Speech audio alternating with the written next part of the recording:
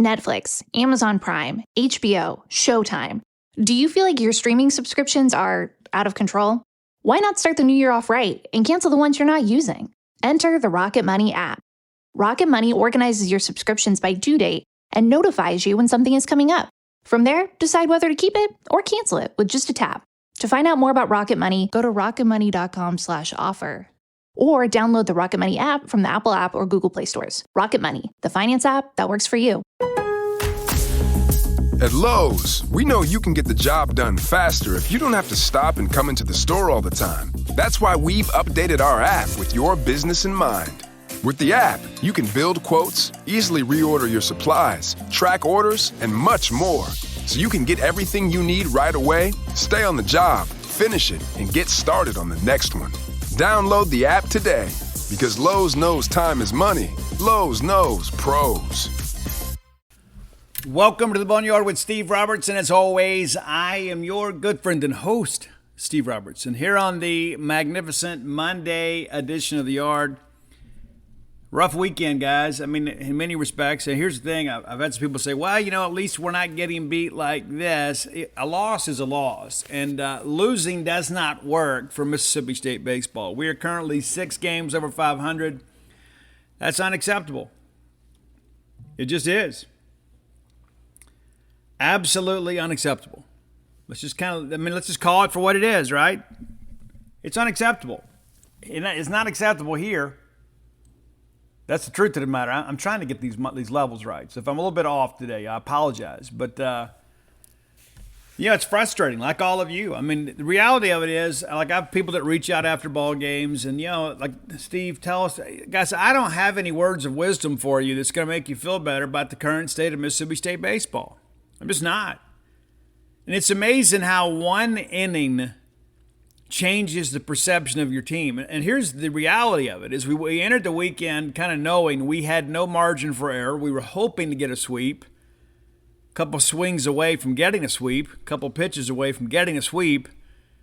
We end up losing the series, and now today it feels like the world is ending. It does. It is just college baseball, but we invest so much of our time, our finances, our interest level, our emotions in Mississippi State college baseball, and really athletics as a whole. And then we struggle. You look forward to this all year long, right?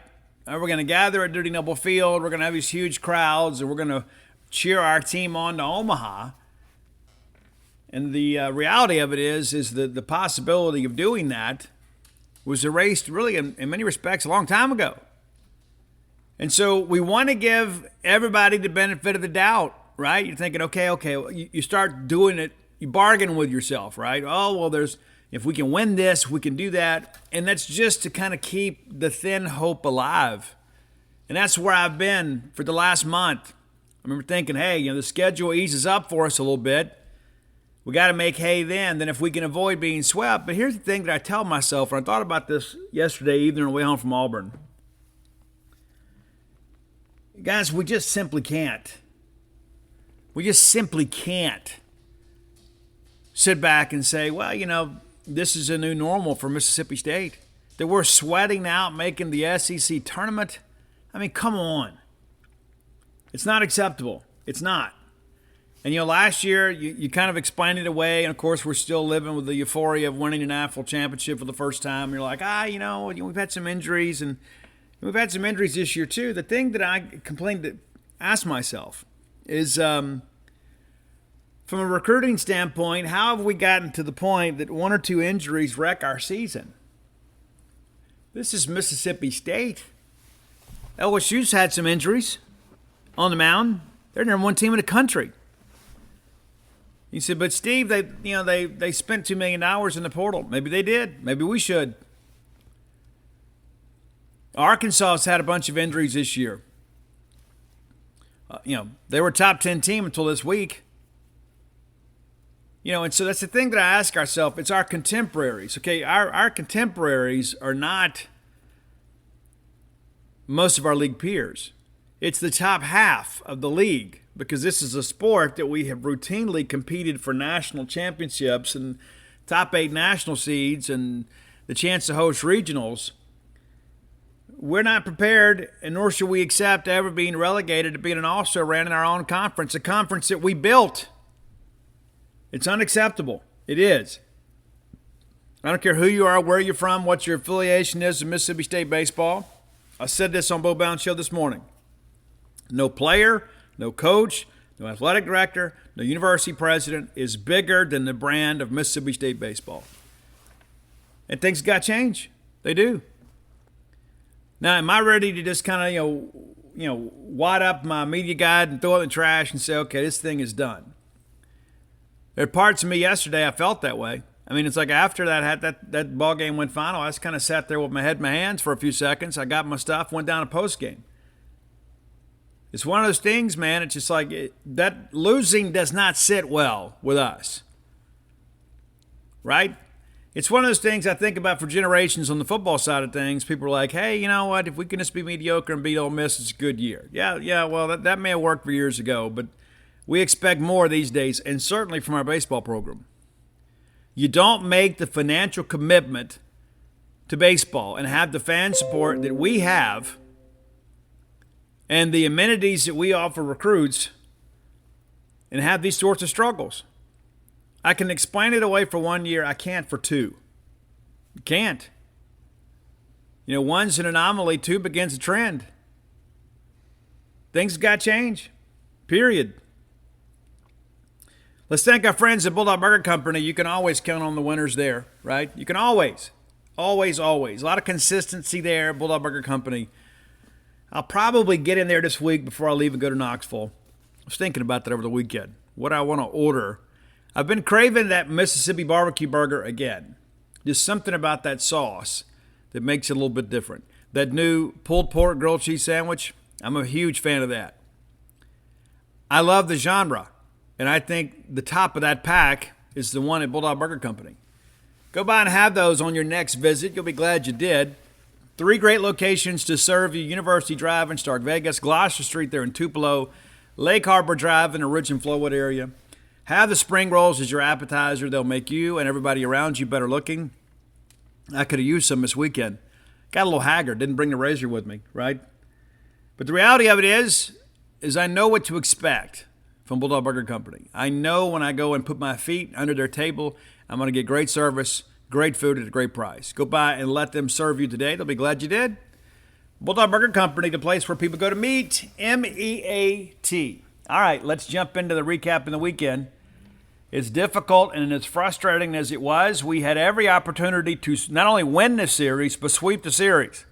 And I'm sure Auburn people are waking up today to, we should have swept. And we knew going into the weekend these two teams were similarly situated. And how many times have we talked about it? When it's a toss-up, it usually favors the home team. And it did. It shouldn't have, but it did. All right, let's go back to Friday night. A game where the offense struggled tremendously. David Mershon, your starting shortstop again throughout the weekend, and was exceptional. Lane Forsythe made him getting Wally pipped. If you don't know the reference, check it out. Wally Pipp missed the game. They put Lou Gehrig in there, and then he played 2,130 consecutive games. But Mershon getting it done at the plate, too. Putting the ball in play, making things happen. He's a competitor. He'll steal a base for you. Kid plays hard, man. He does. But he opens up the first inning of Friday night's game with a strikeout swinging. Ledbetter flies out to left. Hines strikes out swinging. So 1-2-3 inning to open the ball game. We matched that. Cade Smith I thought was really good. Bottom of 1, we get a ground out to the third baseman. We get Foster to strike out swinging and Pierce strike out swinging. Foster, very difficult weekend until his final swing on Sunday. All right, top of second. State has a chance here to make some things happen. Dakota Jordan, who did have a difficult weekend, had a couple hits on Sunday, but difficult weekend. He's on everybody's scout now. I mean, his name is circled, right? But he fouls out to third. Hancock then singles back up the middle. Alford strikes out swinging, and then Kellum Clark works it for a walk. Larry strikes out swinging. So traffic on the bases there for the Bulldogs, but couldn't get a run in. Bottom of second, Ike Irish is the guy we talked about, kind of the straw that stirred the drink. State did a really good job against Irish all weekend, the designated hitter there. I mean, he's supposed to be their best hitter. and State really made him look rather pedestrian. Ware strikes out looking, McMurray then walks. McMurray killed us. Absolutely killed us. You want an MVP of the weekend for Auburn? It's your first baseman, McMurray. Howell then pops up the short, so Cade again has the 2-out walk there, which are of the devil, but we're able to navigate around that. Top of third, Heifel strikes out swinging. Mershon gets a bunt down to kind of break things up a little bit. Ledbetter then doubles to left. Mershon has to hold at third, but now you got runners at second and third. With your 3- and 4-hole hitters coming up, you got to think, hey, we can at least elevate something, get an RBI sac fly. We don't here. Give Vail some credit. He gets Hines to strike out swinging and Jordan to strike out swinging, so we get nothing and are forced to like it. You want to talk about nuances of college baseball? This is one of them. This is situational hitting. You have got to put a ball in play. I don't care if it's a ground ball to the right side, if it's an RBI sac fly, whatever it is, you got to give us a chance, especially with a guy as quick as Mershon at third. You got to give us a chance, guys, and we don't. And give them some credit for making some big pitches. But those guys are hitting 3 and 4 for a reason. You got to rake. And I'm not being negative about their seasons. Both of them were superstars for us. This was a superstar moment. We didn't come through. All right, bottom of third, Smith gets us back in the dugout quickly with the 1-2-3 inning. Get a ground out of Green. LaRue grounds out to third. Stanfield then lines out to left. Very efficient inning for Smith. Stega's 1-2-3 in the fourth. Hancock with a K. Alford grounds out to short, and then Kellum Clark strikes out swinging. And Vail, the lefty, gave us some trouble. He did. All right, bottom of four. Foster pops up to short. We walk Bobby Pierce. We get Irish to fly out to center, and then Ware strikes out swinging. So navigate around the 1-out walk there. No issue. Still a scoreless game after 4 innings of play. All right, top of 5. We get a leadoff walk to Amani Larry. Then we sacrifice him to second. Top of the order is coming up here. You got to make plays, right? Top of the order is up, and you've got a runner in scoring position to break through here. Well, they walk Mershon. Ledbetter then grounds to second. The only play was to first here. So now you got, again, runners in scoring position, and Hunter Hines comes up, and we get a strikeout swinging. Another big moment there. We didn't come through. Our bottom of 5, Smith has done a great job. Auburn didn't have a hit through 4 innings. The very first pitch of the 5th is a home run to right center from McMurray. Gets Auburn on the board. Smith recovers quickly, gets a ground out of Howell, a ground out of Green. We do walk Nate LaRue, and I hate 2-out walks, but especially walking the 9-hole hitter who had the lowest batting average on the team. And it happened multiple times this weekend. We'll get to a big one later. But LaRue walks, but they single to left here, and DJ comes up and throws a runner out at the plate. Great throw, great tag. Probably a bad decision by Auburn to send him. It gets us out of the inning. So it could have been a much bigger inning for Auburn. Ends up being just a solo home run. All right, top of 6, they bring in John Armstrong in place of Vail. And he gets us 1-2-3 here. We get Jordan strike out swinging. Hancock grounds out to short. Alford strikes out swinging. And I thought maybe with them going with the right-hander here, maybe we can get our left-handers going a little bit. Bottom of 6, Foster strikes out swinging. Pierce singles through the left side. Irish then a little nubber out there in front of the plate. Nice play by Ross to make the play. Runner takes second, and then Ware strikes out looking. So through 6 innings here, Cade Smith is pitching winning baseball for your Bulldogs. The only run of the game is just, a solo shot where we're just trying to get ahead with a fastball and the hitter guesses right. It's 1-0 after 6. And again, we've left multiple runners on base in scoring position.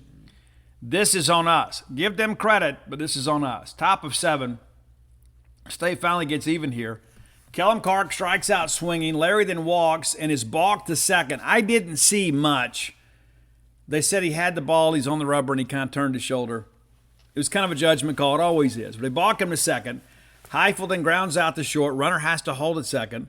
Mershon, infield single, and Larry never stops on the play. 0-2 count here. And with Mershon's speed, that's the thing. Nothing is routine with him. And Larry never stops. The first baseman is a little slow to react here because he's stretching there trying to make a play. And then all of a sudden you have to kind of absorb what happened. And then Larry, and I don't know if Cheeseborough sent him or he just kind of figured it out on his own. It's a play at the plate, but Larry's in there easy. It's 1-1. So even though we have not done much offensively, here we are in the latter innings in a tie ball game. They bring in Tanner Ballman for Armstrong. He walks Ledbetter, pushes Mershon to second. So, again, the lead runner's on here, and Hines strikes out swinging. Really tough night. And, again, every time that Hines came up in this ball game, we had runners in scoring position. He just didn't come through. And that's not in any way, that's just an assessment of that day. He is a tremendous baseball player for us. But that's a guy you want up there looking to do damage, and we just didn't come through. All right, bottom of 7. Again, it's a 1-1 ball game.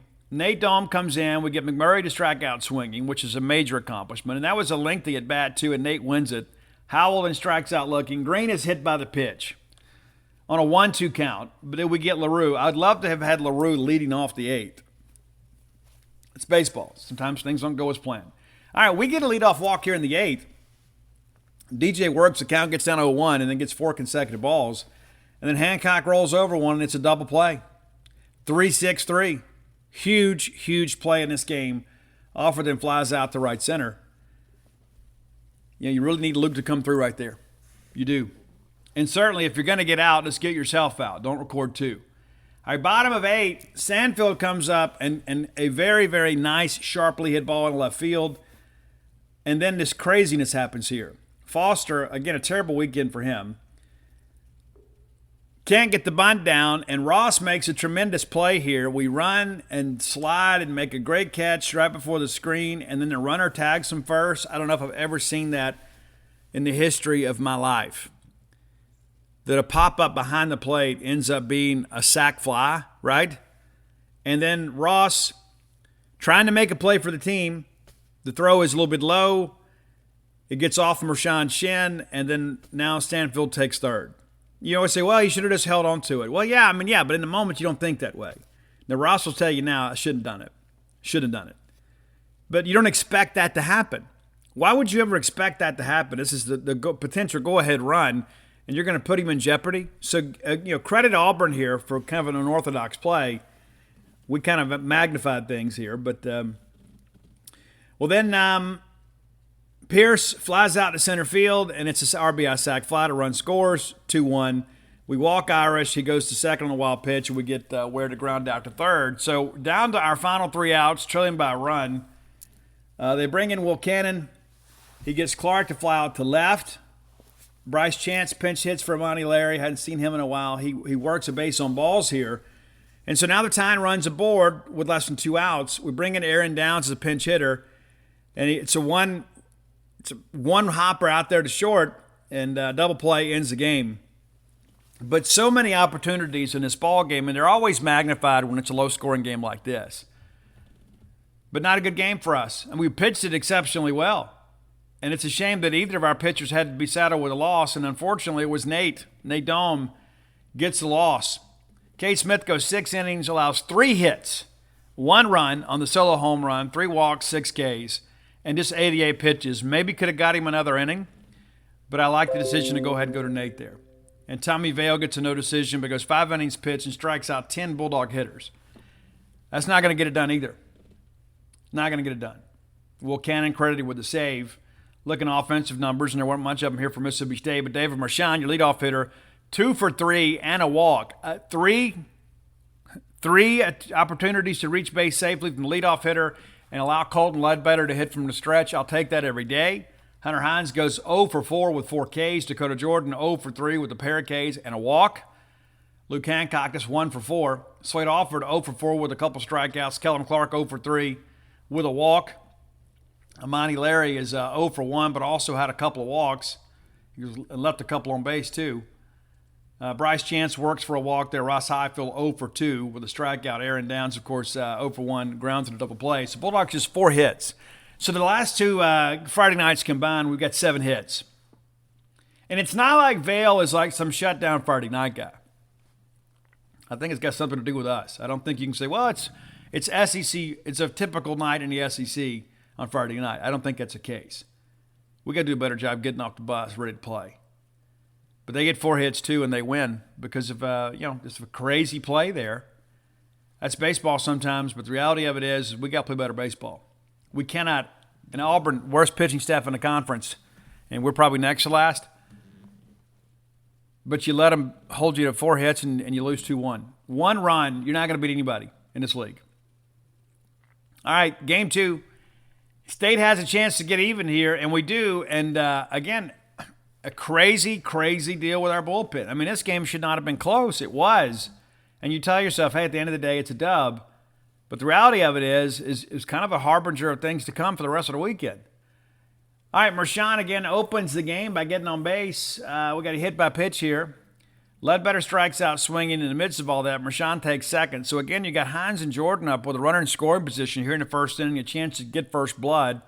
Hines flies out to right. Mershon takes third on the tag, and then Jordan grounds out to second. So your 3-4 hitters again. Opportunity here to do damage, and we don't. Bottom of 1. Kobe Holcomb is a bit of a hidden gem for us. I don't know that he gets enough credit, but he comes out there and really does a good job early in this ball game. We get Stanfield to strike out. Foster flies out to center, and then Pierce grounds out to third. It's a pretty efficient inning there at the first. Top of 3, we go 1, 2, 3. Clark strikes out. Alford grounds out to short, and Hancock strikes out swinging. Way too much swing and miss in the Bulldog order this weekend. All right, bottom of 2nd, we get Irish to ground to second. Ware is walked, and then McMurray homers to right. And what's crazy about this, and I verified it on yesterday, on an 0-2 count, we catch a little bit too much of the plate here, but McMurray doesn't swing. We fooled him on the pitch. It was strike 3. We don't get a call. The next pitch he hits home run. I checked with the TrackMan guy yesterday. Yes, it was a strike. That's happened to us 3 times this year. 3 times this year. Crazy. All right, but Holcomb bounces back. We get Howell to strike out looking and Green to strike out swinging. But offensively, we hadn't done much here, but we're down 2-0. Larry with a leadoff walk here, and then Heifel grounds into the double play. That was an issue for us all year, too. And Auburn's a good defensive team. I know their record may not reflect that. Look at the numbers, though. They don't give you a whole lot. They did a little bit on Sunday, but they don't most of the time. Mershon then singles, advances to second on the error by the pitcher. They're trying to do too much there. And so now all of a sudden, hey, a runner in scoring position. And then Colton Ledbetter fouls out outside of third. All right, bottom of 3, Holcomb gives up a leadoff single to Nate LaRue. Then it's a fly out to right for Stanfield. Foster strikes out swinging. LaRue ends up stealing second. How often do you see that? Pierce is walked, but we get Irish to strike out swinging. Lengthy at bat there, and Colby wins the war. Top of 4, State goes 1, 2, 3. Hines with a K swinging. Jordan pops up to first, and Clark grounds out to third. Bottom of 4, still trailing 2-0. Holcomb goes back out there, walks a leadoff hitter after a lengthy at bat. McMurray flies out to left. Howell flies out to right, and Green pops up outside of first. All right, top of 5, State needing to find a way to get even here. Alford singles, and then we elect to send him. And listen, Slate's a good athlete, but he's not the most fleet of foot, and he is thrown out at second. It's a short field out there in left, and you got to be cognizant of that. A lot of times you hit a ball off the wall in left field in most parks, it's a for sure double, not at Auburn. Hancock then lines out to right. Larry singles to left, and Heifel flies out to center. But all 4 balls in the inning were absolutely blistered. We come out in the 5th, and Colby immediately walks Nate LaRue. Again, 9-hole hitter. What are we afraid of? I know he's a senior, but he's a guy who was hitting about $120 coming into the ball game. What are we afraid of? We bring in Casey Hunt, who was outstanding for much of this ball game. Casey gets Stanfield to strike out swinging. Foster strikes out swinging, and Pierce flies out to center. Casey had the breaking ball working. All right, top of 6, State finally gets through here. They bring in Taylor Bauman in place of Herbert Holtz. Second consecutive day for Bauman. Mershon flies out to right center, hit the ball well. Ball just stayed up. Ledbetter walks, goes to second on a wild pitch. They walk Hunter Hines. And they bring in John Armstrong for the second consecutive day. He hits Jordan on an 0-2 count, which loads the bases. Kellum Clark hits the ball on the screws right out to center and ends up being an RBI sac fly. So now it's a 2-1 ball game. State on the board, but also a lot left to deal with here. And then Slade Alford hits an absolute tank to left center to give State a 4-2 lead. I mean, you've been frustrated here for 5.5 innings, and then you finally break through. You get into the bullpen, you begin to do some damage. They bring in Chase Isbell in place of Armstrong. Hancock singles to right, and then Larry homers. Makes it a 6-2 ball game. Heifel hit a ball well, too, just got under it a little bit. flies out to left. So 6-2, 6-run score in the inning, and you feel like we're in great shape. Bottom of 6, Irish pops up to first, Ware lines out to center, and then McMurray strikes out looking. And a real war between KC Hunt and McMurray, and KC wins it on the K looking. All right, top of 7, they bring in Nelson, a kid. They're really excited about him. They think that he's the guy that's going to be a dude for them probably next year. And he walks Mershon. Mershon on base again. Ledbetter grounds out to first. Mershon's able to take second.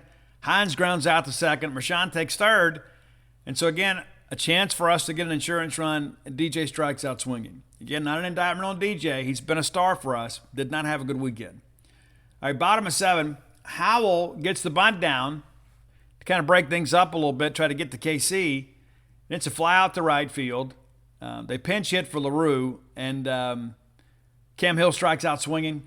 Stanfield in singles to the left side. Foster singles to the right side, and a run scores 6-3. And now you're thinking, okay, we may be done with KC for this game. He may have given us all he can give us. He's usually a 2-inning guy. But he gets Pierce to strike out swinging. Now it's 6-3, and you're thinking, okay, probably don't bring him back out for the 8th. Probably don't. But what do you know? State gives you some margin. Kellum Clark hammers a ball to right field, makes it a 7-3 ball game. They walk Slade Alford and decide to bring in Alsop, who is a hard-throwing guy that struggles to locate. And first thing he does is a wild pitch. Allows Alford to move to second. He walks Luke on 4 pitches. Amani then singles to the left side, and bases are loaded. Ross Heifel comes up and just slaps a single to left, 2-run score. Now it's a 9-3 ball game. Mershon strikes out swinging, Ledbetter strikes out swinging, and Hines. And somebody was like, oh, well, the new guy struck out the side. Are you kidding me? Yeah, after he gave up 2 runs. Come on, give me a break. 3 runs, excuse me. Come on, give me a break. 9-3. So now you're thinking, hey, let's try to steal some outs here with KC. If we could get through this game without having to throw Nate, or not having to throw Nixon, or not having to burn another arm, this is a good thing for us, right? So we send KC back out for the 8th. Absolutely right decision, and he rewards us with a 1-2-3 inning. Irish grounds out to second. Ware then grounds out to short. McMurray strikes out swinging. You're like, hey, this thing might be in the books. Wrong. Top of 9, DJ strikes out looking, then Clark pops out to right. And you think, hey, we're just going to get to the 9th. Maybe KC can get us there. Then they walk Slade Alford, and Luke Hancock homers to right center. Now it's 11-3 ball game. Larry grounds out to retire the side there, but we're up 8 runs, and even though KC is on fumes, it's absolutely the right decision. And people are like, I don't understand why we didn't give Nixon. You're going to bring Nixon in with an 8-run lead in the 9th? Knowing you're probably going to need him the next day? No, you don't want to do that. Now, my concern here is, yeah, I absolutely give KC a hitter. Maybe 2. But I'm going to have somebody getting loose, whether it be Parker Stinnett or Evan Sierra or whoever. I'm going to have somebody out there as an insurance policy. We didn't. And then Howell gets one up in the wind, and the wind pushes it out. If you see the replay of that, Kellum is kind of under it, and the thing just kept carrying. Solo home run, no harm done, right? We're done. It's okay. They bring in Dial. We get him a strikeout swinging, 1 out. We're a couple pitches away from being done with this. And then there is a ground ball. KC rolls up a ground ball. This happened to be more up the middle. Mershon just can't quite make the play. A lot of shortstops don't even get there. I mean, it does a somersault there. I mean, the kid's all out, maximum effort, infield hit, right? And then Stanfield does the same thing. Just 2 well-placed balls. Again, KC's rolling up ground balls here. He's gotten the out. Ground ball just had a little bit of bad luck. Kind of some well-placed hits here. Foster then really gets around on one, singles it to right field, run scores, and then Bobby Pierce doubles to right. Another run scores, and now it's 11-6. Irish then hits a slow roller out to second. Amani's playing back in big infield. We can't make a play. Run scores. So, again, another ground ball there. And then we have to go get Nixon. And we do. And then we get a line out to second. Then we walk McMurray. And then Howell triples off the left field wall. All 3 runs score. It's 11-10. The tying run is now there. And then rather than panic, Nixon works from a 1-0 count and eventually gets a K looking of Dial, the pinch hitter that was still in the ballgame. So we win 11-10. It didn't feel like it. Even though you win the ball game after the way the 9th inning ended, you don't feel like you won the game. But we did. Take a quick look at the box score here. We won the ball game, but I tell you what, again, it felt like we lost. But the series was even. Dave Marchand 1 for 3 also with the walks on base for multiple times back-to-back games. Colton Ledbetter 0 for 4. Tough weekend for Colton for the most part. Hines 0 for 4 again with a pair of strikeouts. That's 6 for the weekend. Dakota Jordan also 0 for 4 with a pair of strikeouts. Kellum Clark 1 for 4 with a couple RBIs. Had the big fly there. Slade Offer, pretty big ball game for him. 2 for 3, the big fly to kind of get us going. Hancock 2 for 4. We also switched Kellum Clark and Luke Hancock. They both responded. Amani Larry 3 for 4 down in the 8-hole there. That's a nice productive day for him. A couple of RBIs and a run scored. Ross Highfield 1 for 4 with that 2 RBI slap. Made a big difference. But pitching-wise, a pretty decent job here up until the 9th. We'd managed it really well. Colby Holcomb, 4 innings pitched, 2 hits, 2 runs, 5 Ks, 4 walks. And KC outstanding for 4 innings. And then they kind of got to him there. Again, the mistake there is just not having somebody ready. Nixon gets the last 2 outs for the save there with the tying run at third. State scores 11 runs on 10 hits, walked 7 times in the ball game. Struck out 9 times. That's still a little bit high for us. We had 13 Ks of Auburn hitters, so felt pretty good about that.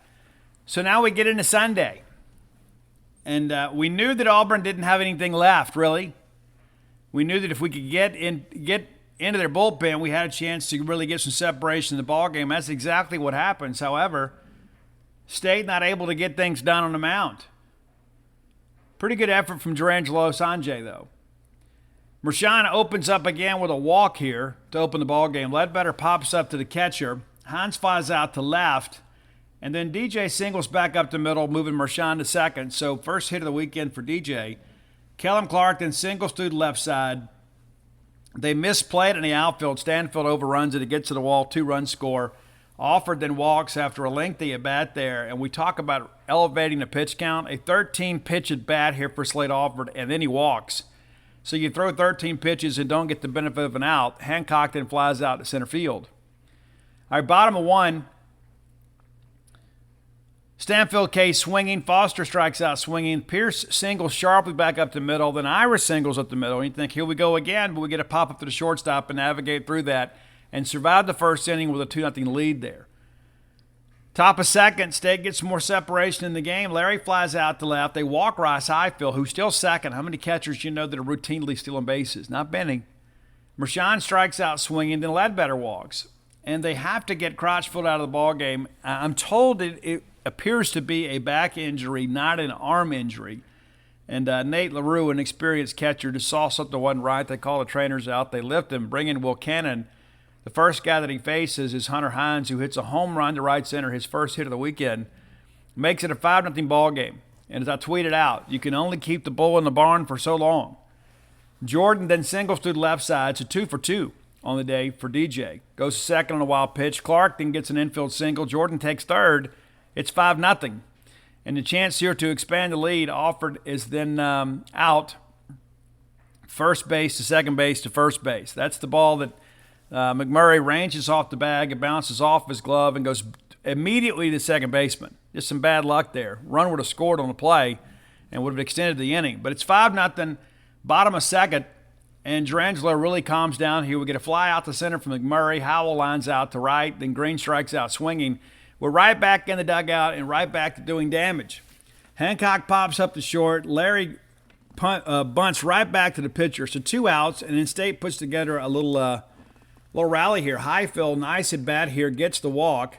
And Dave Marchand comes through with a single to the left side. Highfield takes third. Runners on the corners with 2 outs. Ledbetter comes through with a double to left field. And this is the 1-2 where the ball is lost in the sun. So Stanfield, tough day defensively here, just couldn't find it. The ball drops, 2-run score, and then Hines strikes out swinging, again with the runner in scoring position. But it's 7-0, and we feel like we're cruising. I'm telling the Auburn media, don't give up just yet. I wanted to feel good about the ball game, but I didn't. I said, okay, we'll keep scoring because we know that bullpen is on fumes. Bottom of third, Durangelo cruising here. We get a fly out from Maru to right field. Stanfield strikes out swinging. Foster strikes out swinging. Very efficient inning there for Durangelo. Bulldogs right back in the dugout and swinging away. DJ strikes out swinging on 3 pitches, and then Kellum Clark singles to left. Alford flies out to center, and Hancock flies out to left. So Kellum doing his part to move the order along there, but for the first time on the day, the Bulldogs don't score. All right, bottom of 4, Pierce flies out to right. Irish gets an infield single, and then Ware singles to the right side, runners at first and second, and then McMurray, similar situation here. We get ahead in the count 1-2, leave a ball up, and it's a 3-run home run. Auburn suddenly back in the ballgame. It felt like State had the entire game in hand, the crowd sitting on their hands. This got them back in the ballgame. And 3 sellout crowds there at Plainsman Park. Howell grounds out to second. Then we walk green. LaRue then singles back up the middle. And we get a chance here for Auburn to really climb back into it. But we settle down here and get a strikeout of Stanfield to kind of keep it where it was. So 4-run lead for State. We answer back here in the 5th. Larry opens with a double down the left field line. Heifel then walks. Mershon gets a sac bunt down, moves the runners along here, and he's out. So it's a productive at bat, even though he didn't reach safely. Heifel then goes to third on a pass ball, 8-3. Heifel then scores Larry scores, and then Heifel scores. So back-to-back pass balls. So the Auburn defense doing some things to help us here. Of course, Stanfield overruns the ball early in the ball game, and then 1 run is going to score anyway. Gives us another one, and then on a routine fly ball to left, he loses it.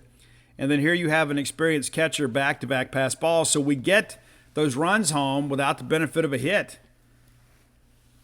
Ledbetter grounds out to first unassisted, and then Hines doubles to left field. His second hit of the weekend would have gotten the runs home.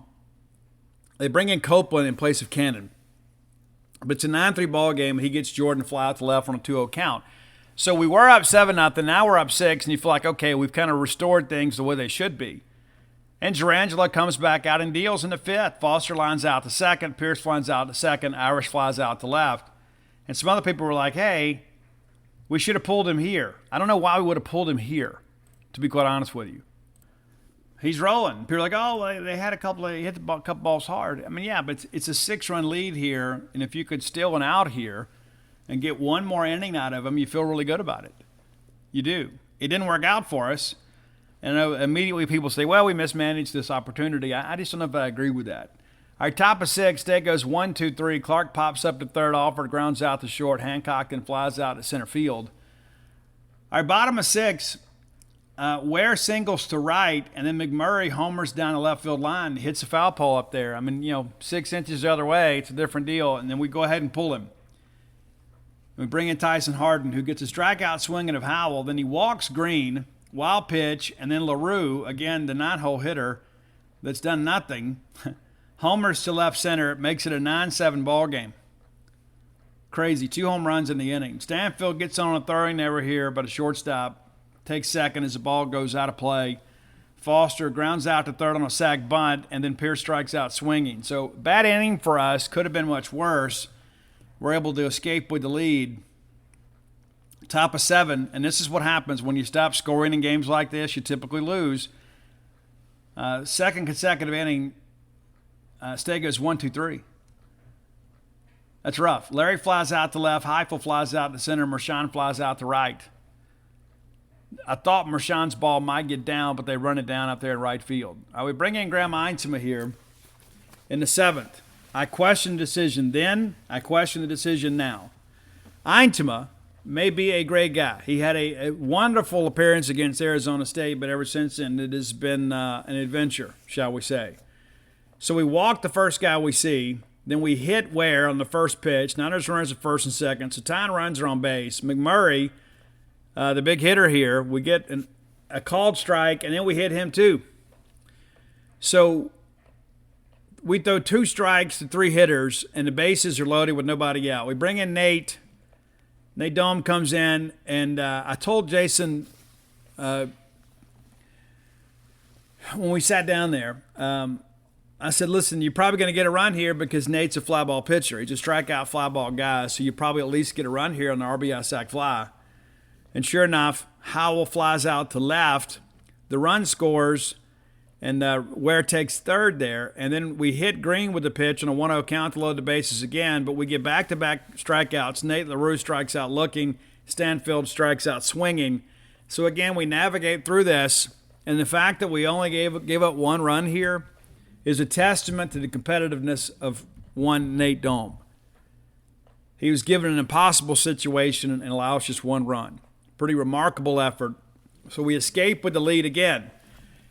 We answer here in the 8th. Ledbetter doubles down the right field line and then goes to third on an error by the right fielder. He just kind of couldn't get the handle on it, and the ball rolls in the corner there. So Hines up and Jordan up with a chance to elevate here. You're thinking, just give me a routine fly ball to center field, and we've got a run. But we get back-to-back strikeouts. And then Kellum Clark comes up on the very first pitch, takes it the other way. Really good day for Kellum Clark. The run scores, it's 10-8. Now you've got some margin for error. Slade Alford flies out to right field, but you feel like, okay, now 1 swing can't tie us. And that's so hard to pitch, right? When there's 1 pitch, you're 1 pitch away.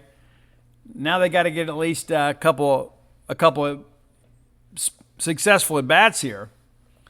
And against Nate, sometimes it's difficult to do. He gets Foster to strike out swinging awkwardly, too.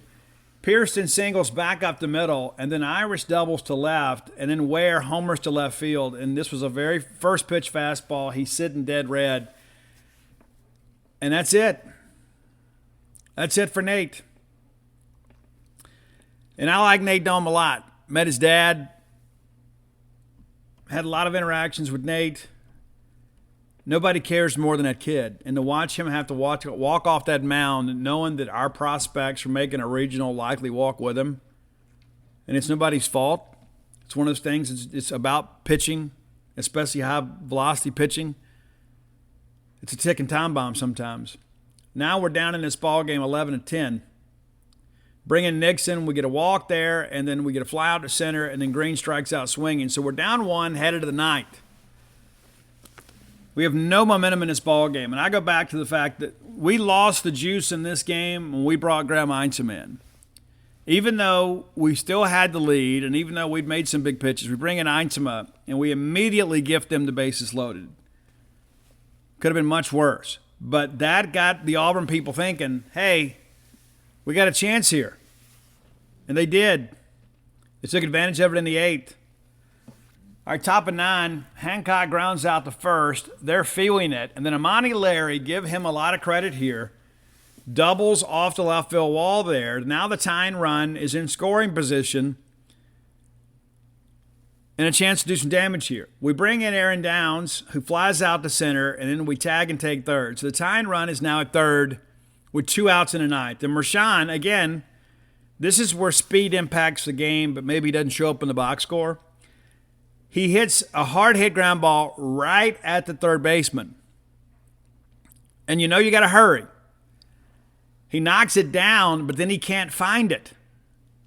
And so Larry scores, and Mershawn reaches first without a throw. It's a tie ball game, and that's what losing teams do, right? Losing teams find a way to lose. And you felt like, hey, we have given the game back to them. They're giving it back to us. Ledbetter pops up to short. It's 11-11 going to bottom of 9. The very first thing we do is Nixon hits Nate LaRue. Again, 9-hole hitter, even though he had a decent day on Sunday. Guy hadn't done anything. And you hit him with the pitch. So now the winning run is on base without the benefit of a hit. Sack bunt, pushed him to second. They pinch run. And then Cole Foster, who had basically done nothing all weekend, rips a double in the right center. The run scores. We lose the game, the series, and likely the season. Running to the box score here, we had some guys who showed up and played well offensively. Mershawn just 1 for 4 with the walk there, but also that hard hit ball in the 9th to get the run home. Ledbetter goes 2 for 5, his best game of the weekend, 2 RBI, nothing bigger than that double. Hunter Hines 2 for 5 with 3 RBIs, also the big home run there. Dakota Jordan 2 for 5, 1 run scored, no RBIs, a couple punchies. And then Kellum Clark goes 4 for 5. He seems to be really happy in the 5-hole spot. I don't think Kellum cares where he hits. He's hit up and down the order, but him protecting Dakota Jordan and having the weekend that he's having, I think that serves the top of the order really well. Kellum Clark, one of his better games this year, 4 or 5, 2 RBIs, and probably none bigger than that 2-out hit there to push that insurance run across. Slade Alford 0 for 4, Luke Hancock 0 for 5. Luke had a good game earlier in the weekend, not so much on Sunday. Amani Larry 2 for 5. And I'm still waiting for Amani to put one of those big games together. It's been a while. Ross Haifa goes 0 for 1, but has 3 walks and scores 3 runs. That's just moving the order along. Looking at pitching here, Gerangelo, again, gave us a winning effort. And, again, you probably stayed a little bit too long.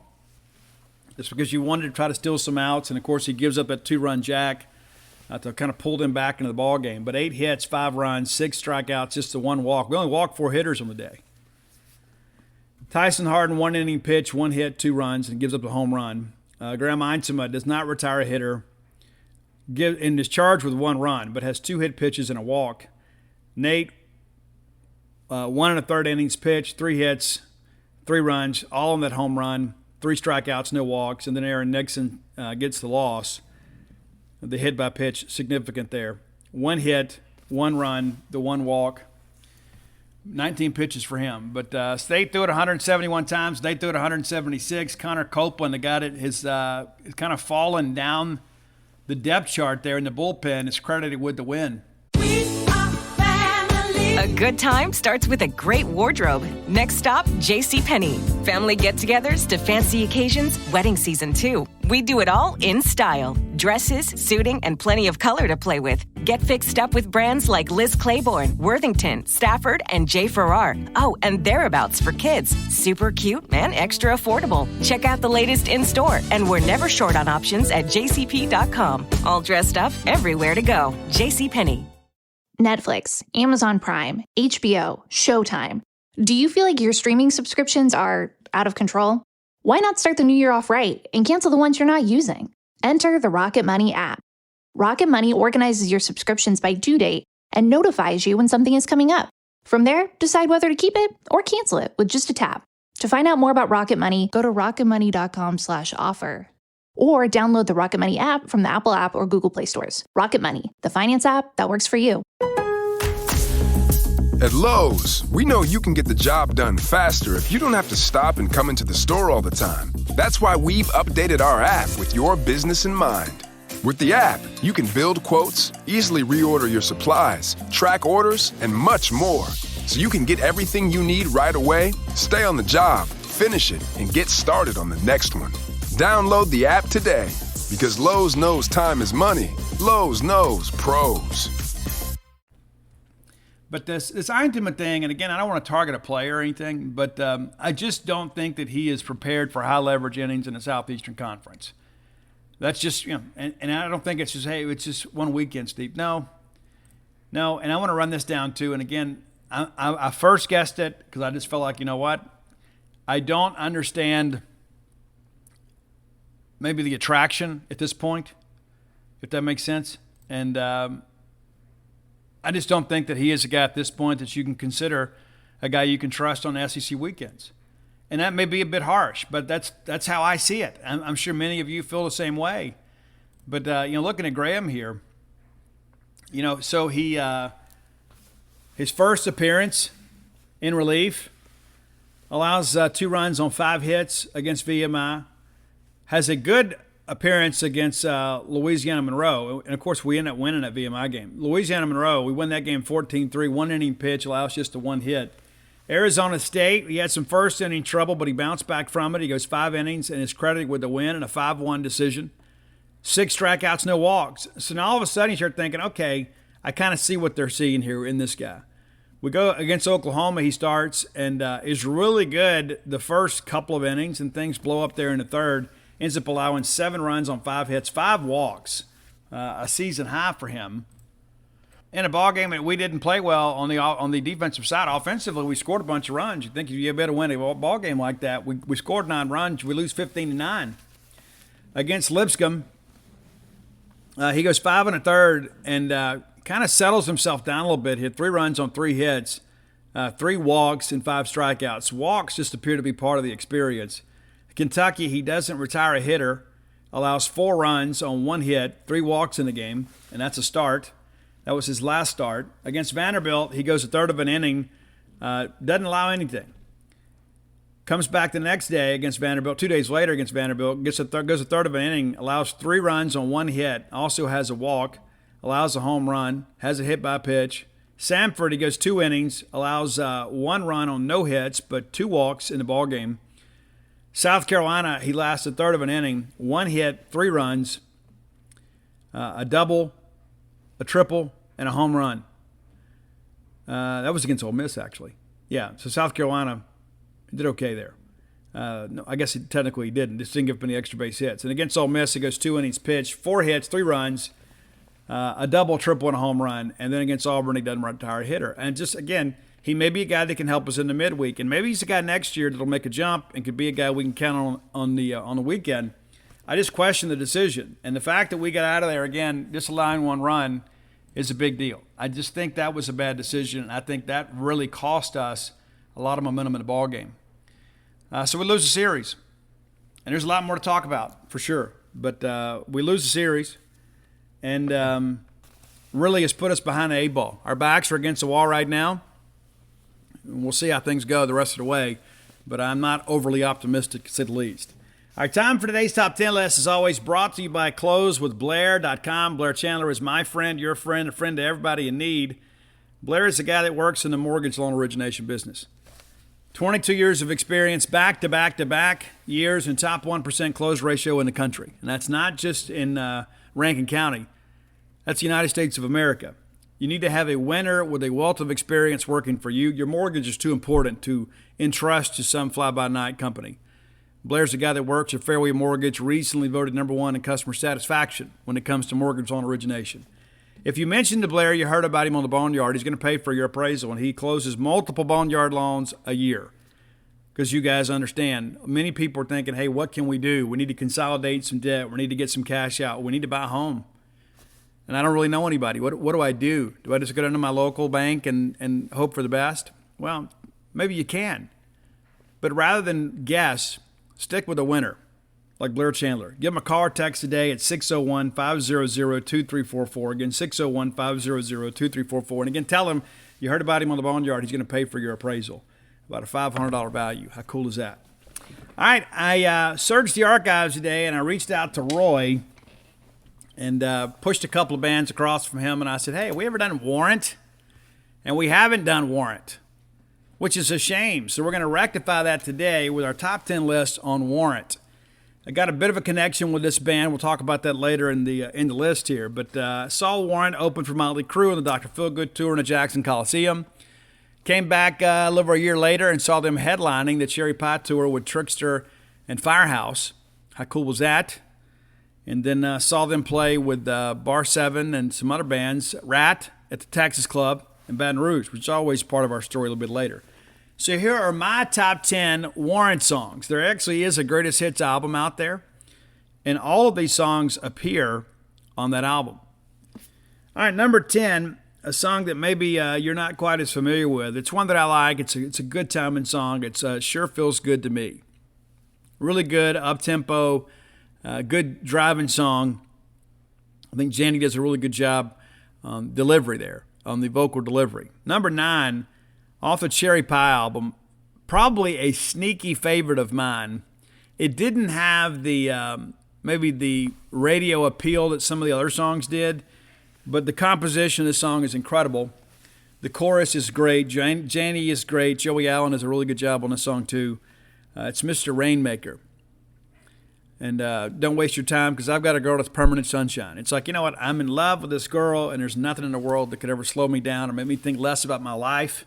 It's a very positive song about love. Number 8, a song that's negative about love. There's a lot of rumors out there about who this song is about. Also off the Cherry Pie album. It was a huge hit too. A song called I Saw Red, where he caught his girlfriend cheating on him red-handed. He says, I didn't even need to see his face because I saw yours. Then I turned and closed the door. I saw red. So, again, it's a play on the words there. But I saw red about being angry or whatever. But I saw red, a song about a breakup, kind of a heartbreaking song. And Warrant had some huge power ballads in the power ballad era, for sure. Number 7, another great one. Another ballad that was a huge hit on MTV. It's Sometimes She Cries. And that's from the Dirty, Rotten, Filthy, Stinking Rich album. That's a debut album from Warrant, which is outstanding, start to finish. But Sometimes She Cries. When She's Alone at Night, and Janie, I don't know that it's ever sounded better. Tremendous vocal performance. Number 6, this wasn't the big hit that a lot of other songs on these earlier few albums were, but it's one that I really like. And Jerry Dixon does a great job on the bass line here. And I almost considered Callin' Flim Flam the title of the song. It didn't work, though. I wanted to do it, but I decided, no, Flim Flam works better. But it's Big Talk.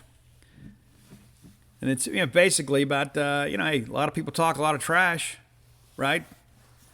They talk trash. It's big talk. But big talk is just talk unless you're backing it up. We're backing it up. Big Talk, great tune. I wish more people would play this on the radio, because it's Warrant has kind of gotten pigeonholed into this whole thing too, where everybody just plays like the same 2 or 3 songs. But Big Talk is a good one. Number 5 from the Dog Eat Dog album, which was the 3rd album in the catalog.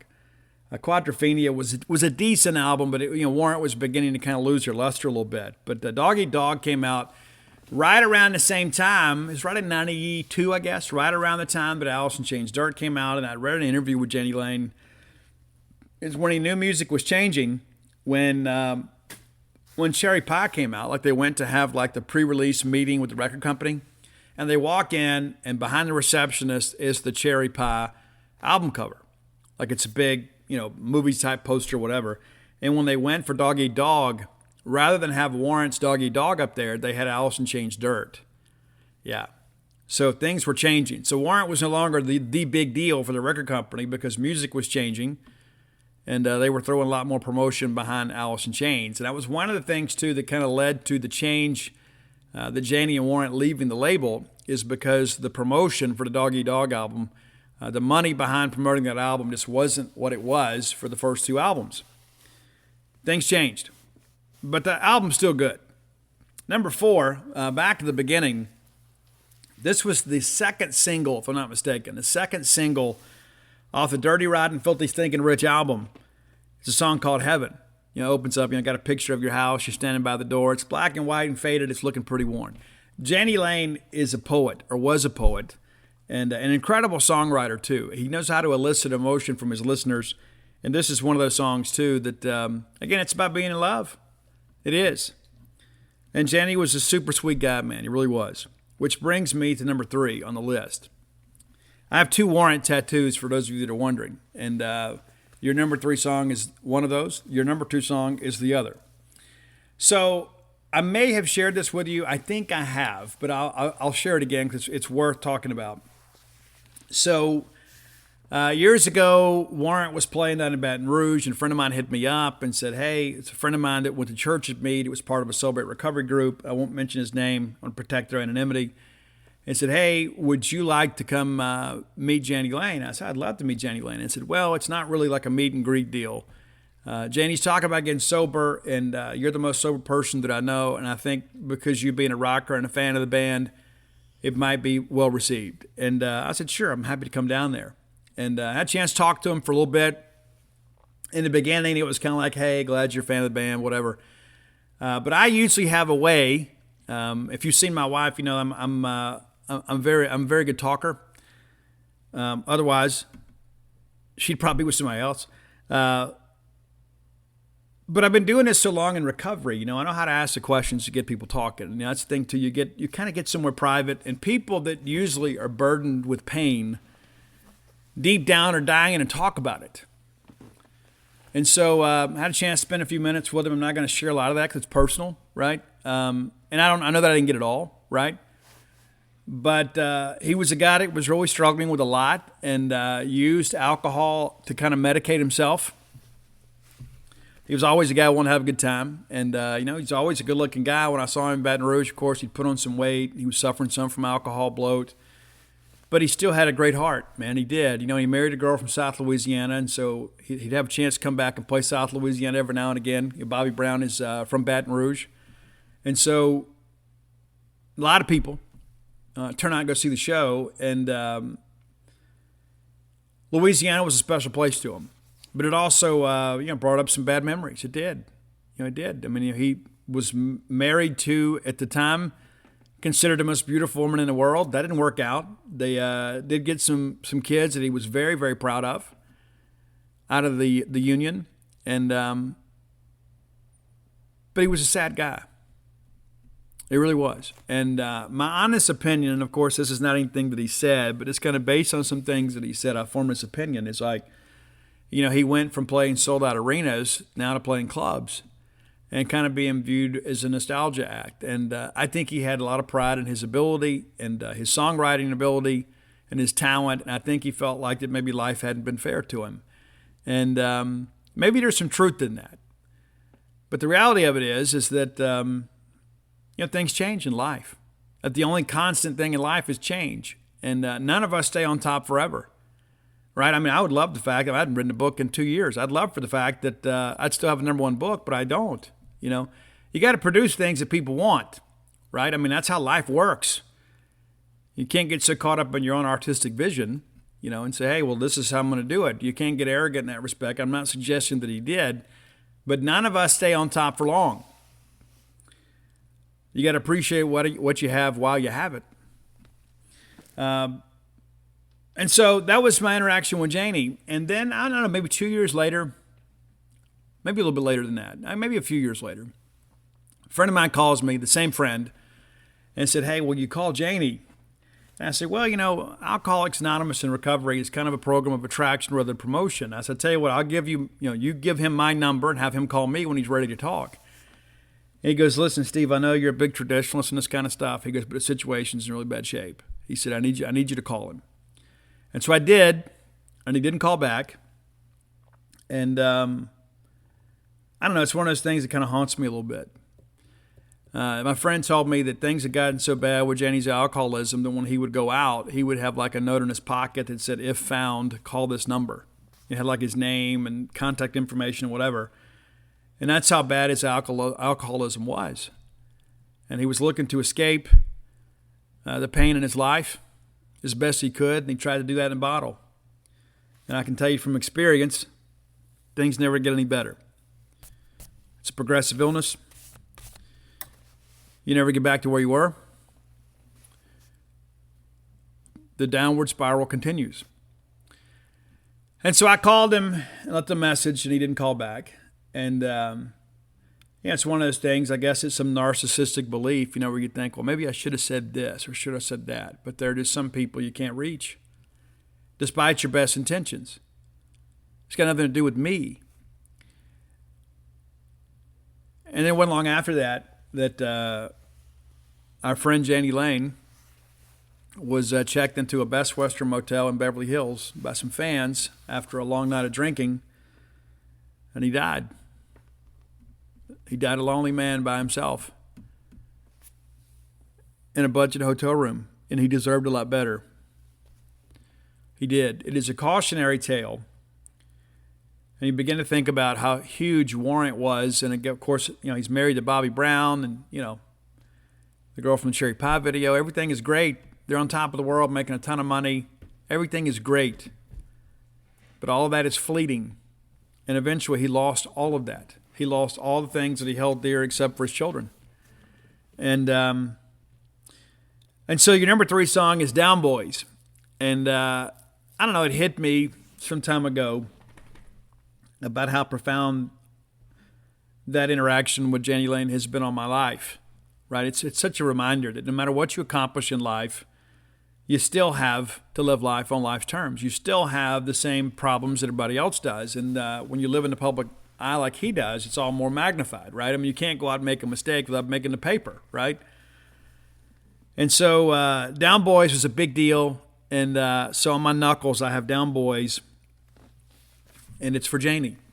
I got a cherry pie tattoo as well, but that's part of a sleeve. But I wanted that kind of on my knuckles because I wanted to have the opportunity to tell that story, because it has made a very profound impact on me, that somebody that talented and that successful could still have the same afflictions that I do. And it reminds me, no matter what I accomplish in life, I have to take care of me. I got to take care of my recovery, my sobriety. And so the Down Boys thing was always like, if you listen to the song, I want to go where the Down Boys go. Well, it's almost like we're a club, and now we've got a logo. And so I love Jani Lane, I do, and I wish I could have been more help. I don't beat myself up about that, but anytime that I listen to Warrant, I'm always reminded of that few minutes that I was able to talk to him and try to share some experience, strength, and hope. I gave him my number. I don't even know if he ever put it in his phone, but I know this. I know a lot of people love that guy, and I know that he loved a lot of people, and just had a tough time kind of reconciling the fact that the big day in the sun was over in many respects. Life changed, and he had difficulty with that.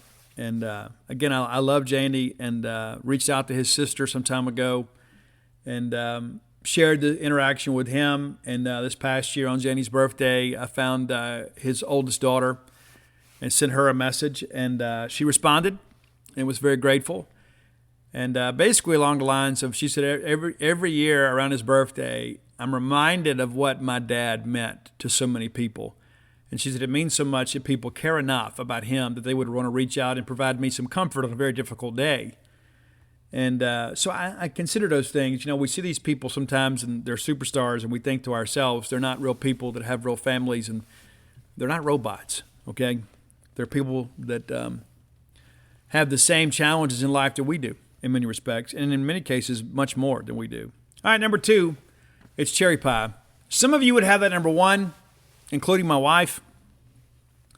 I think it's a little overplayed, but it is a tremendous song, and of course, it's filled with sexual innuendo. If you watch that video, it's, I don't know if you could produce that today. It's so funny, we say that sometimes. It's like, oh, you couldn't do that today, but, people are so open now about, quote, keeping it real, Don't infringe on my right to be as weird as I want to be. But Cherry Pie, obviously a very risque video with a beautiful girl, Bobby Brown. And I actually met her before Jani Lane did. How about that? When I was with Savello, I actually met her at a bar called Sports Illustrated in Baton Rouge. True story. But Cherry Pie, a great anthemic song of the hair metal movement of the mid-late 80s, early 90s. Number 1 for me, and it's a song that they played one of the first times ever in Jackson, Mississippi. And we all were there together, and I remember when Jani said, hey, you guys want to hear a new song? And the place went nuts, and they absolutely hammered this thing down. And I could not wait for the new album to be released so I could go possess this song and listen to it whenever I wanted to. It is number 1 for me. His brother David, I believe is his name, actually wrote the intro. It's a great story about a kind of a crazy story. Don't know how true it is, but it made for an entertaining song, and it's Uncle Tom's Cabin. And if you were at the show with us when they opened for Motley, you were one of the first crowds ever to hear that song played live in its entirety. But Uncle Tom's Cabin, we know who put the bodies in the wishing well. Great song, great song. Musically, I think they're best. I really do. And to me, like a lot of people, they see Warrant, they think, hey, this is the Cherry Pie. They're kind of like the poor man's version of Poison. I like them better than Poison. And one of the reasons why is because of the fact I think there is a little more authenticity in their music. It's not just about Nothing But a Good Time. Even though it's a great song, don't get me wrong, I just feel like there's a lot more substance in the Warrant music. And they're still touring today. Matter of fact, they'll be, I guess, May 18th down in New Orleans. My friends at Lillian Axe are opening up for Warrant. So if you're down there in New Orleans, go out and see Warrant and support our buddies Brent and Steve and Sam and Wayne and Mike and Lillian Axe. They were willing to come up here and play a show for us in Starkville. I'll always be grateful to them for that. But if you get out and go a chance to go see one of these bands, you never know how long they're going to tour. You never know when they're going to call it quits. I wish I'd been able to see that. You want to know a good time for me, man? Like when I go to a show, especially one of these 80s rock bands, and all of a sudden nothing else really matters. For a couple of hours, I can kind of be who I want to be, right? I don't have to think about all the things I got to do, the business ventures I got to be a part of. But for a while, I can just be a kid for a little bit. I can be reminded of a simpler time in life. And so I encourage you to go out, whether you're going for the nostalgia or for the new material. Get out and go support these bands before they stop touring, because you never know. You never know when it's all going to end. But that's our top 10 warrant list. If you have ideas for the top 10 list, reach out and let us know. You can find me on all forms of social media at Scout Steve R. And you can find Roy on Twitter at Dogmatic67, DAWGMATIC67. And you can follow our great list on Spotify also, or the Dogmatic67 channel. Be sure and give that a follow.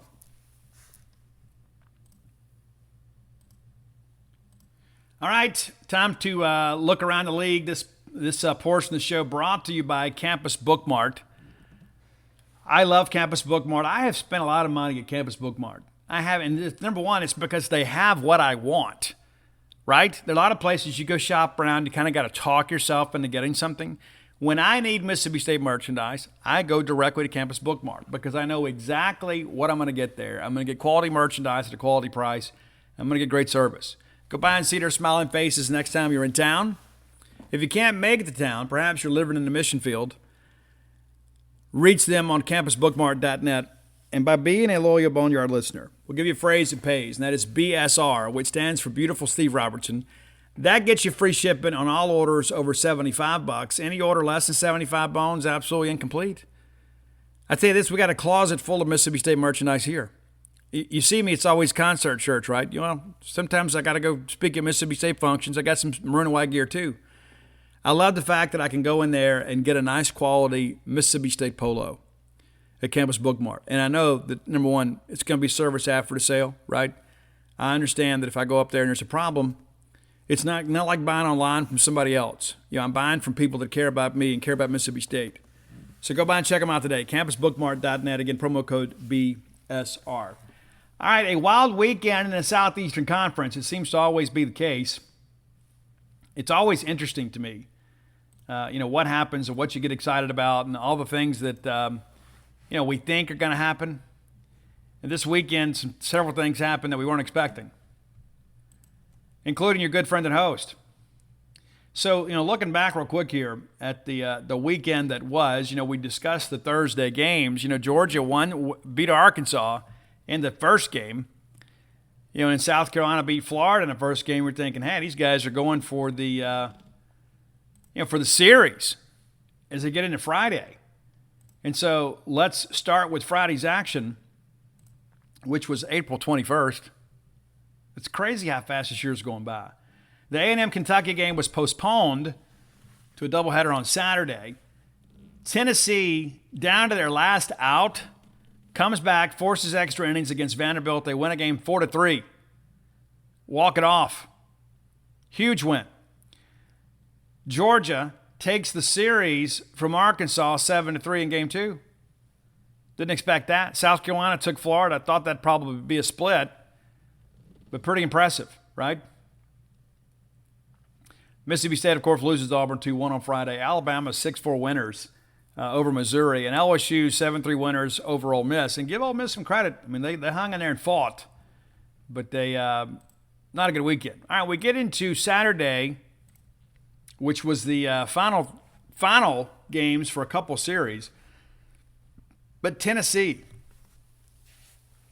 17-1 over Vanderbilt, the 10-run rule deal.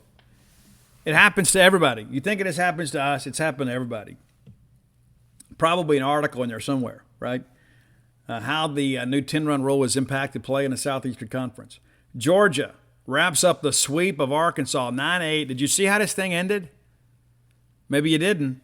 Arkansas enters the ninth with an 8-4 lead. Georgia hits a grand slam to tie it. And then the next pitch is a solo shot to walk it off. So 5 runs in the ninth. Georgia sweeps Arkansas and puts themselves right back in the thick of things. A&M takes game 1 against Kentucky 6-3. South Carolina completes the sweep of Florida. LSU beats Ole Miss 8-4. State wins 11-10 over Auburn, of course, and then Alabama 10-4 winners over Missouri. And then A&M gets the second game, so they sweep a doubleheader against Kentucky 8-7, your final. Pretty crazy stuff. And we knew that would probably be a split-type series. But the Aggies, maybe they're getting better. All right, Tennessee, 10-5 winners on Sunday to sweep Vanderbilt. Number 4 Vanderbilt was swept They entered a weekend 29-8 and 13-2 in the conference. It's crazy. Missouri wins 3 games at the beginning of the year to sweep Tennessee and probably won't win 10 games in the conference. Kentucky rallies back on Sunday to take an 8-1 lead. They're now 11-7, and again, I still say 3 wins away from making the NCAA tournament. Kentucky's still 30-9, but losing that series to Georgia looks better in hindsight, but it's a series they should have won. But give A&M some credit. A&M goes into Lexington and wins 2 out of 3. It's so difficult to win on the road in this conference. Of course, Auburn 12-11 winners over Mississippi State. Alabama closes out the sweep, 3-2 over Missouri, and then LSU breaks Ole Miss's heart. Of course, Ole Miss had lost the first 2 ball games. They go into the 9th with a 2-run lead after a home run in the 8th. Gave them the advantage. They needed just 3 outs to get home. Mitch Morrell comes in. Next thing you know, there's 2 on, and then a 1-2 count on pinch hitter Hayden Travinski, and he homers into left field into the LSU bullpen. They come out and they close it out. So LSU with a 3-game sweep. Insanity, man. Absolute insanity on the weekend. And, again, we felt like LSU had a really good chance to sweep, as they should. Give Ole Miss some credit for hanging in there. But a loss is a loss. There are no moral victories in college baseball. Just didn't work that way. All right, so here are your standings as of right now. South Carolina, 13-4, now the best record in the conference. They are now the leaders for the SEC championship. Vanderbilt dropped to 13-5. Of course, they're even in the win column, but because South Carolina and LSU didn't play Game 3, that winning percentage factor could play a real big deal for South Carolina. Kentucky now 11-7, tied with Florida at 11-7. Tennessee now 8-10, pretty crazy. Georgia now 7-11, Missouri 5-13. That's important for state because as of right now, your Bulldogs are 12th in the seedings for Hoover. As of now, Missouri and Ole Miss would be out. The difference is Ole Miss has a much easier schedule in May than Mississippi State does. All right, look at your SEC West. LSU back on top, 12-5. Arkansas, of course, after being swept by Georgia. Arkansas had it all within their reach. They get swept. They're now 11-7. Alabama sweeps Missouri. They're now 9-9. A&M wins the series at Kentucky, 9-9 for them. Auburn wins the series against us. They're a game ahead of us now, 7-11. We're 6-12. Ole Miss, worst record in the conference overall and in the league. They're 21-19 and 3-15 in the league. But they're going to win some games unless they quit. They're going to win some games down the stretch. They can still get to Hoover. Anything can happen. I just don't see them making an NCAA regional at this point. I mean, at this point, you're assured of a losing record. He said, but Steve, at 3-15, do you think they're going to sweep the last 4 series? Not going to happen. It's not. They'll win some games, probably win some series, but we got to hope they don't win more than us. We have a 3-game lead over them, and we're still sweating this thing out. And there's a lot of people just ready to kind of move on. Like, Steve, this isn't going to work out. Maybe it will, maybe it won't. But I know this. I know that we need a good week of baseball, and it's going to be a tall task for us having to go to Knoxville. This suddenly red-hot Tennessee team, they're so up and down, you never know. Maybe we catch them down. All right, there are no games to be played tonight, but pretty good slate of games on Tuesday. Georgia State will be at Georgia. North Florida at Florida. Bellarmine at Tennessee. Louisville at Kentucky. That is a rescheduled game. That'll be your SEC Network game with a 6 p.m. first pitch. So if you're not watching State and Ole Miss, or maybe you want to flip back and forth, that's the 2 top 25 teams going head-to-head there in Lexington. Louisville got swept over the weekend, too, by Duke. So, Kentucky could be an RPI builder for them. Samford is at Alabama. Ole Miss and Mississippi State, of course, playing in Trustmark Park in Pearl. That's first pitch at 6 p.m. So be sure and turn out, be a part of that. Troy is at Auburn. Sam Houston State at Texas A&M. Nicholls State at LSU. Arkansas heads to Missouri State. The Missouri State Bears gave them all kind of trouble here recently on the football field. So we'll see if there's a carryover there. But interesting, to say the least. And we get into Wednesday's show. We'll kind of look ahead here. Just the one Wednesday game, Missouri and Southeastern Illinois. And then, again, the Thursday series, we're one of those two. State will be in Knoxville. We'll open against Tennessee on the road. And then A&M will be at Arkansas. Could be an interesting series. We need to win a game. But, again, we'll talk about that more on Wednesday. But kind of looking ahead to the weekend, seeing what everybody else has. Alabama's at LSU. Kentucky's at Vanderbilt. That's a big series for both teams. Vanderbilt's still fifth in the rankings. I don't know how you get swept and only drop a spot. Missouri will be at Florida, and Florida needs that. Auburn's at South Carolina, and then Georgia's at Ole Miss. And after Georgia played as well as they did, we were thinking before that maybe that's a series Ole Miss should win. I don't know if we would say that now. It's a series they could win. Don't know if it's one they should win. They're going to see some elite pitching from Georgia. Georgia can swing it a little bit, but they're built on pitching. But we'll see how things go. But I just know this: the Bulldogs need to get a game as best they can from Tennessee. You'd love to win the series, but I don't think anybody's expecting that. Just we need to win a game. We got to pick up a game or two somewhere else. We got to pull a rabbit out of the hat somewhere. All right, final segment of the show brought to you by our friends at Portico. Brooks Bryan is my friend, your friend, a friend of Starkville. Wore the M over S, man. It was his dream to be a Bulldog. That dream was realized. He was part of two teams that went to Omaha in 97, 98. This is a guy that's vested in Mississippi State and Starkville's future. Give Brooks a call today at 601-416-8075. Again, that's 601-416-8075. And here's the deal. You've thought about moving to Starkville. You dreamed of it. Make it a reality and live around other Bulldog fans. You don't have to deal with all these rival fans walking around in Walmart giving you the evil eye. We do that to them when we're here. You can start with a 2-bedroom, 2-bath home and go all the way up to a 4-bedroom, 4-bath home and get anything in between. They can custom build for you if you need special kitchen equipment or if you need a bigger office space, whatever. They can work with you on that. They're more than willing to cooperate with you. It's not a cookie-cutter community, right?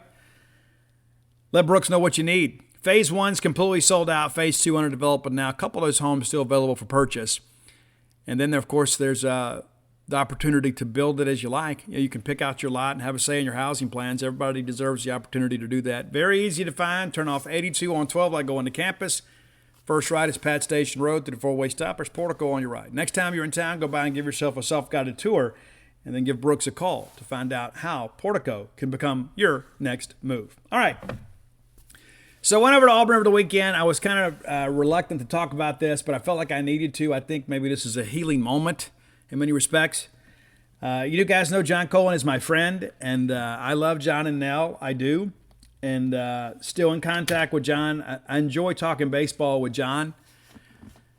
I mean, I don't know many people that know SEC baseball the way John Cohen does. I mean, he knows it from every angle, right? He's been a player, a coach, and athletic director. And Auburn's baseball will probably get better funding than it's ever had, right? Because John's over there. And so, yeah, I mean, I wish those guys the best. But I had lunch with John on Friday. Always good to catch up. And had some barbecue. It was great. And before I got ready to go, he's like, hey, I talked to Hugh this morning. And would you be willing to talk to Hugh? And I'm like, well, yeah, I'm happy to do that. I mean, and I think it's important for you guys to understand this, that, me and Hugh Freeze will be linked together forever. And it's an unfortunate situation for him, right? And I was kind of the driving force behind that to find those transgressions. And I've taken a lot of criticism for it, but nothing compared to what he has taken, right? And rightfully so, right? I mean, I didn't do anything wrong. I just did my job and ultimately exposed the biggest scandal in Mississippi college sports history, right? But, as time has gone on, a lot of people have, they've said certain things and suggested certain things that just simply aren't true. And so I got a chance to tour the football complex at Auburn. Let me just tell you this. It's fantastic. It's the newest, nicest one. It's got all the buzzers and whistles. And when I walked around there, I thought to myself, man, our coaches have to compete against this. It's crazy. The indoor practice facility is outstanding. Had a chance to speak with one of the strength and conditioning coaches. And he kind of took me through their regimen about how they evaluate each player. It's like a login, and then they have like a workout for each guy, and then they gauge bar speed, right? It's not just about the amount of weight, it's how explosive you can be. It's very technical.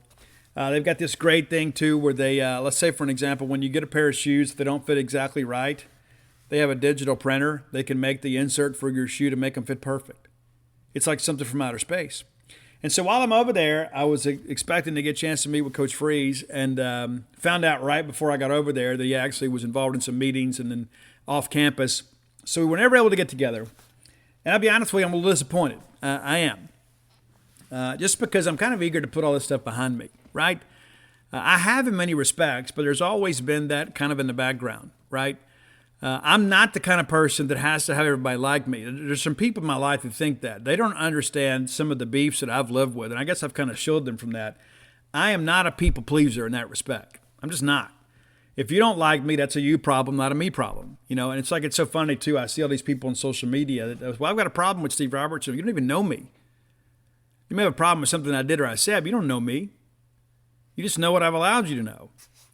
And it's like, one of my favorite memes are like, hey, if you've got a problem with me, then call me. Well, if you don't have my number, then you don't know me well enough to have a problem with me. That's kind of how I feel about all that. But anyway, this was obviously a very big deal. And so I was a little bit disappointed. I said, I would like to have met Coach Freeze and let's kind of clear the air a little bit. And, he's back in the league. I mean, so we're going to have some interaction from time to time, right? I mean, I'll be writing about Auburn when we play them. And I don't know. I just kind of wanted to do it. And but I said, I'm not going to force the issue. I'm a firm believer in that, if God wanted this opportunity to happen, it would have materialized. And so I get to the ballpark yesterday. I got up yesterday. I felt great. I really did. Felt great about us winning the ball game, winning the series, and coming back home with the dream alive for us to make a run and maybe making a 3-seed spot somewhere in an NCAA regional. So I'm sitting in my car going through social media, and I get a notification pops up in my direct messages, and it's Coach Freeze. And he goes, hey, I'm sorry we didn't get a chance to get together. I'm not going to share all the details with you, but he's like, hey, I'm sorry we didn't get a chance to speak. And it really touched me, right? I'm like, if I don't know that I would want to talk to me, right? I mean, this is the guy that exposed one of the biggest embarrassments in my life. It ultimately led to, me resigning from a job that I loved, right? I had some success. I mean, it's not an insignificant thing. Not that I need Hugh Freeze's approval or anything, but I was like, yeah, that's pretty cool. And so I sent him a long message, and essentially I just told him, I said, Coach, I harbor no ill will in my heart towards you, and no bitterness in my heart. Wish you the best, except against us. And he responded beautifully. I'll just say that. He really did respond in a very beautiful way, and I thought it was very genuine. And I'm here to tell you that as far as I'm concerned, and I texted John Cohen yesterday, I told him, I said, I've been messaging back and forth with your football coach, and as far as I'm concerned, the hatchet is buried. And that's how I feel about this. And I am moving beyond this. I didn't realize that maybe that needed to happen. And maybe this is the way it should happen, right? Maybe instead of just meeting face-to-face and having all this awkward stuff, maybe this is a step in many respects that needed to be taken. But it's done now. And again, I just want to say for the record, for those of you that kept up, I don't have any bitterness in my heart for Hugh Freeze. And in many respects, he was kind of collateral damage in the whole deal. I mean, like when I was investigating all this stuff, the phone records just happened to show up one day. It wasn't like he was targeted or anything. It's just, at the end of the day, there was a major NCAA investigation going on at Ole Miss, and our in-state media was reluctant to cover it. And they were trying to cover everything up. And like every time you turned around, it's like, the administration at Ole Miss was saying some things that I knew were untrue. And so I came on this show and, social media, and we talked about it. There were so many people that tried to keep that thing hidden. They were trying to keep it covered up and trying to get a recruiting class to bed. And they misled some of those kids. They did. And it didn't work out in the end. But I think it's important to understand that Hugh Freeze just happened to be the coach at Ole Miss. Hugh Freeze was never a target in that respect. I think that's an important thing for people to understand is that, I was writing a book already. Matter of fact, the book was done. And then all of a sudden Hugh resigns, and then we have to pull the book back and change a couple chapters and address those things. And so it was never anything personal. Now, there's always in this rivalry some acrimony between, fans and the opposing coaches. I mean, it's like I think Mike Bianco might be the Ole Miss coach that I've liked the most. I mean, listen, when he's out there whining and crying on the field, I don't think a lot of him then, but it's impossible to ignore the program that he's built at Ole Miss. But, football coaches are a little more charismatic, and it seems like that there's so many of them that say and do things that are just kind of silly, and they like Lane Kiffin wants to needle you a little bit, There is a little more of that in football. And so as a result, I think that the the bitterness at times about the sitting head coach at Ole Miss. That guy's an enemy, right? I mean, that's how you see him. I mean, it's just kind of how it is. I mean, goodness, I interviewed Houston Nutt for Flim Flam. I have a whole chapter about Houston Nutt, former Ole Miss coach, and it was my honor to speak to him because he was no longer the Ole Miss head coach. He's Houston Nutt, right? And so it was incredible to be able to do that. And so I just think, again, I wanted to share that with you. And again, I thought long and hard about it before I talked about it on the show. But it's done. It's over with. And if I saw Hugh Freeze tomorrow, I'd walk up and I'd shake his hand. And, my wife yesterday, we were talking about it, some of the things that I said. And she said, well, I never thought I'd hear you say that. And I said, I'm just trying to be the bigger person here. I'm just trying to move on. There's no point.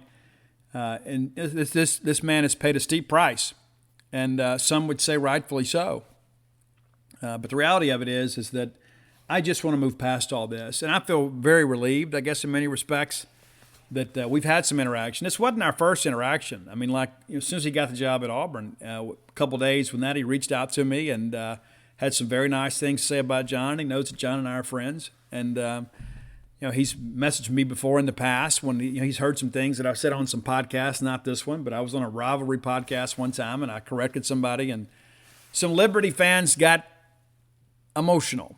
And so we interacted then. But I'll just sit here and tell you there has been no fireworks between Hugh Freeze and I the last couple of years, and we have had multiple interactions through messaging. But this is the first time I think that we ever really just kind of, hey, let's just kind of move on from this. And again, I wish him the best at Auburn, just not at our expense. Need him to go beat Ole Miss and beat some other teams in the West to give us a chance to move up the ladder a little bit. But I can tell you that outfit over there, man, is awfully impressive. It is awfully impressive. The videos do not do it justice. And I'm walking around up there in awe, and I was like, I can't believe how nice this thing is. And our coaches got to go recruit against this. And as I spoke to Greg Dry yesterday, former Bulldog assistant Greg Dry, now working with Auburn baseball, I said, you know what? A football recruit's going to see this Auburn IPF, and they're going to feel the same way about that a baseball recruit does when they come to Duty Noble Field. It's very impressive. All right, if you haven't done so, go to dogpilebook.com. You can order some books there. Dogpile, obviously, maybe a chance to be a little bit nostalgic yourself and remember that we were great not too long ago. And you can get Alpha Dogs there and Flim Flam, the aforementioned Flim Flam. And you read exactly what I had to say about Hugh Freeze. And in addition to that, you can get Blooms of Oleander at Amazon.com, BarnesNoble.com, BooksAMillion.com. Stark Villains gear always available at StarkVillains.com. And if you're not a member of our crazy kooky family at JeansPage.com, come be a part of that today.